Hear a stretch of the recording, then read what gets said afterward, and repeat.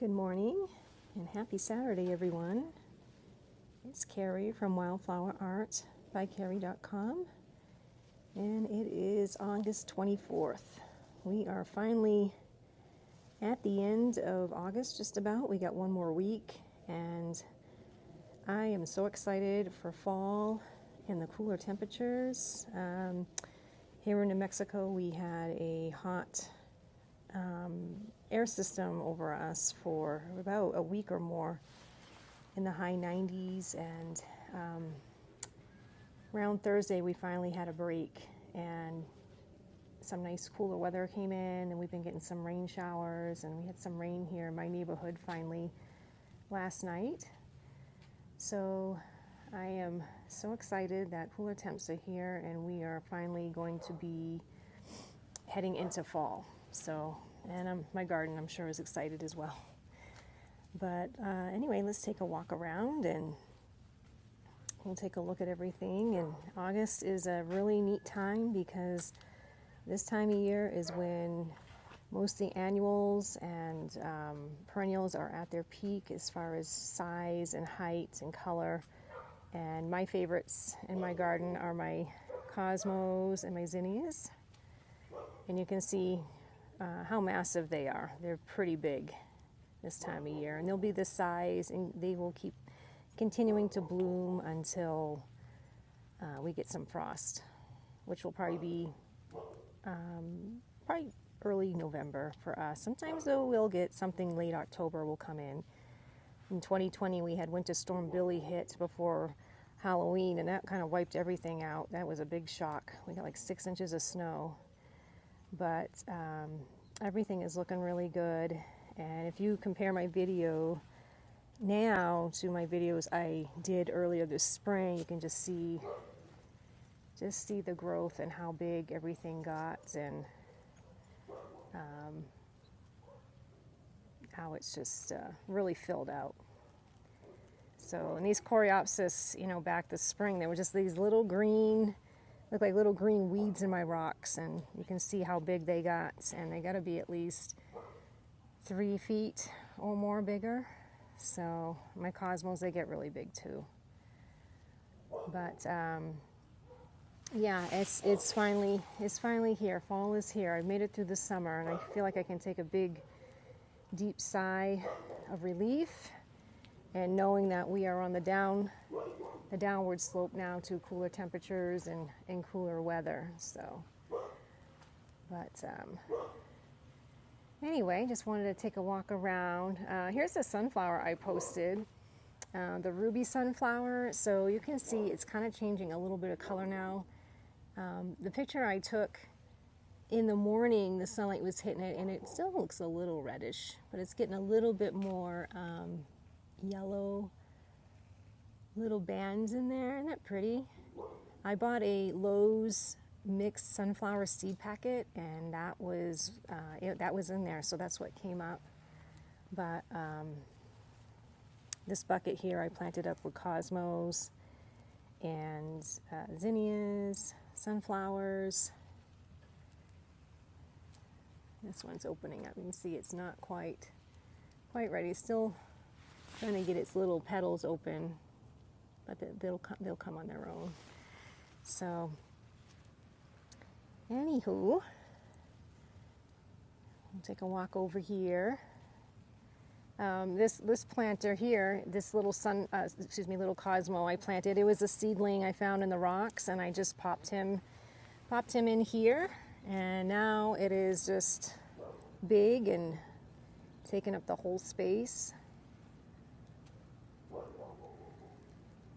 And my cosmos, I posted a video this morning of the little goldfinches, and I think they're so dear. I love them, and they do love the cosmos seeds, but they are like, like as you can see right here, they do kind of destroy the cosmo flowers because they are trying to get those seeds. So some of my cosmos looked a little messed up, and that's because the little finches are getting the seeds from them. But whatever they drop, they will come back next year, and usually they'll fall into the bucket or on the ground, and then if I find them in the rocks, then I will just go ahead and pull them out and transplant them into a pot or something. But there's some more morning glories. I posted a picture of my sunflower tower with the morning glories in it this morning. I took that the other day. That's sort of pretty. We'll go take a look at that in a second. But here's this Tithonia. Look how beautiful this plant is. I will grow this every year. I just love that stunning orange, and just love the color and how big it is. It's a nice plant to have in the background because it gets so tall. It's one of those background kind of plants where you can plant smaller things in the front and have that in the back. So, and the bumblebees love that. They love that plant. So we'll take a walk over here in the south garden. My veggies are doing good. My zucchini I ended up pulling because it was getting to the end, and now I have peppers in there.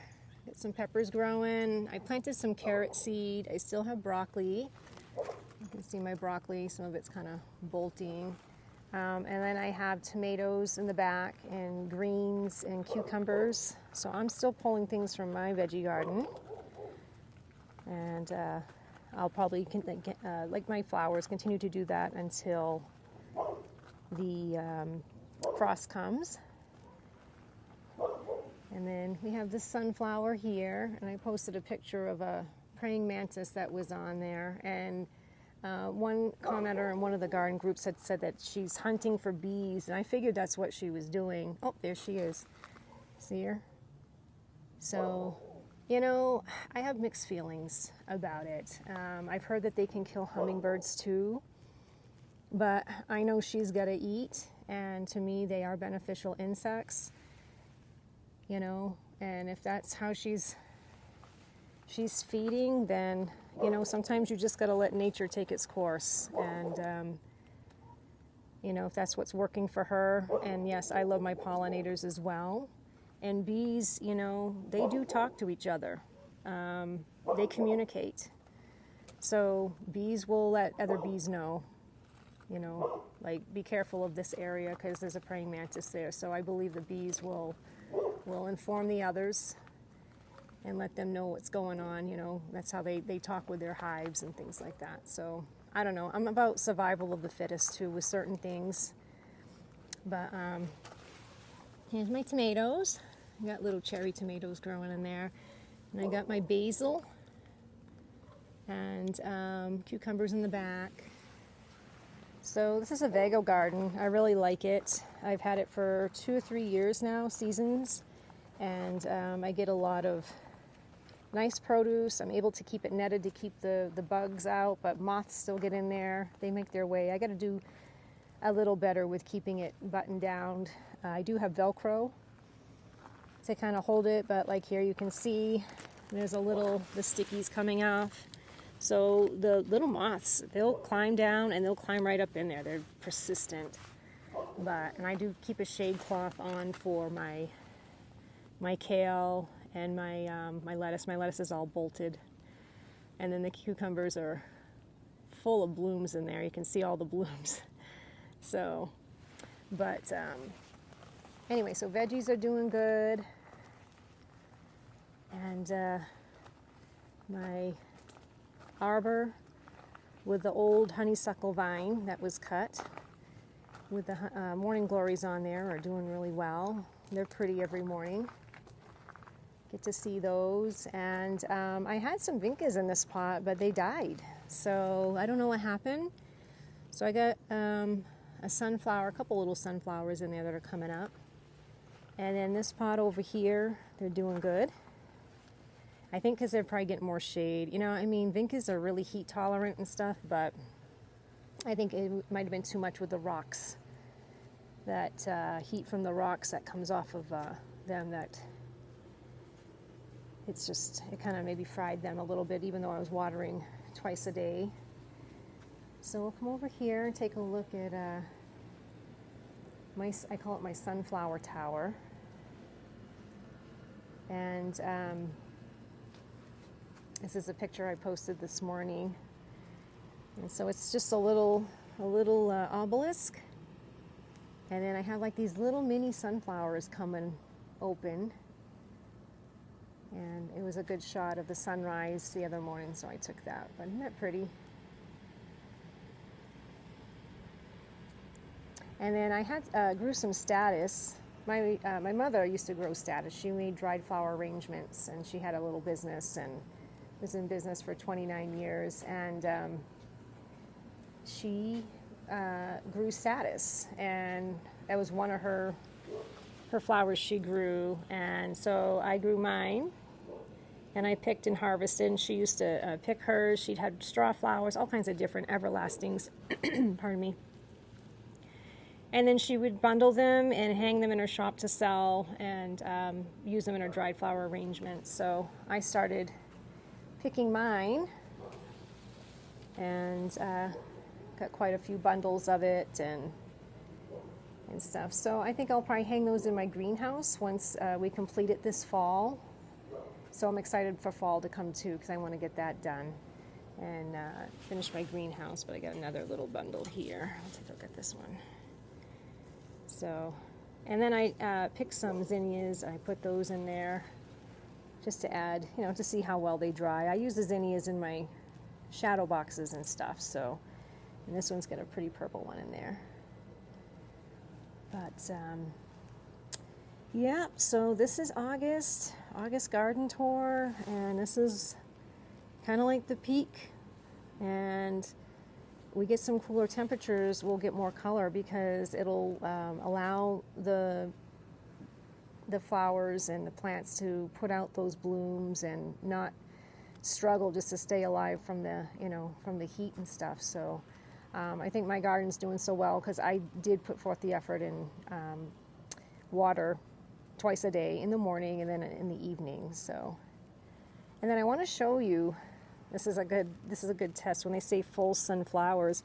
So my Vincas, I showed these in the last garden tour, how beautiful they are and how they just fill up they're nice container flowers. They spill over a container, and they're full sun. And so if you look at my towers, the ones that have the full sun are really good. And then I have this one here that's kind of in the shade, and you can see how, well, come on over, how it isn't doing as good, even though it is getting, oh, let me stop for a second. There's that's a neat looking little ladybug, or something like a ladybug. Never seen one that color before. Anyway, I get distracted easily when I'm in the garden. And so you can see how the Vincas, these didn't do as well because they have the shade of the juniper.